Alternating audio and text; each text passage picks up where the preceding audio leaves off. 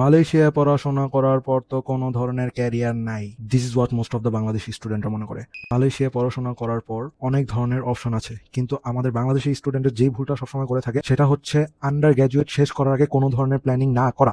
দেশে হোক অথবা বিদেশে বাংলাদেশি স্টুডেন্টরা আন্ডার গ্র্যাজুয়েশন শেষ করার পরে মাথায় হাত দিয়ে বলে যে হায় হায় এটা কি করলাম, কি হয়ে গেল। আন্ডার গ্র্যাজুয়েশন 3 থেকে 4 বছর হয়ে থাকে, এই 3 থেকে 4 বছর একটা হিউজ টাইম, কিন্তু এর মধ্যে বাংলাদেশি স্টুডেন্টরা ডিসিশন নেয় না যে তারা আন্ডার গ্র্যাজুয়েশন শেষ করার পর কি করবে। আসলে মালয়েশিয়া পড়াশোনা শেষ করার পর অনেক ধরনের ক্যারিয়ার প্ল্যান আছে, এর মধ্যে 3টি বলছি। নাম্বার 1, বাংলাদেশে চলে আসা। শুনতে রুড মনে হলেও বাংলাদেশে এমন অনেক স্টুডেন্ট আছে তারা মনে করে যে এই টাকা দিয়ে আমি প্রাইভেটে পড়াশোনা না করে সেম কস্টিংয়ে আমি মালয়েশিয়ায় গিয়ে আরো হাই র্যাঙ্ক ইউনিভার্সিটি এবং হাই কোয়ালিটি অফ এডুকেশন পাবো। So why not Malaysia?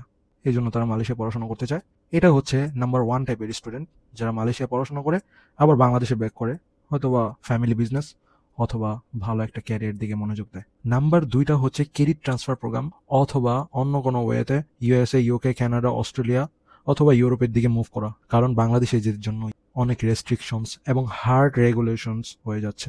That's why তারা মালয়েশিয়ায় পড়াশোনা করে তারপর এসব হাই ডেভেলপ কান্ট্রিগুলোতে মুভ করার চিন্তা করে থাকে।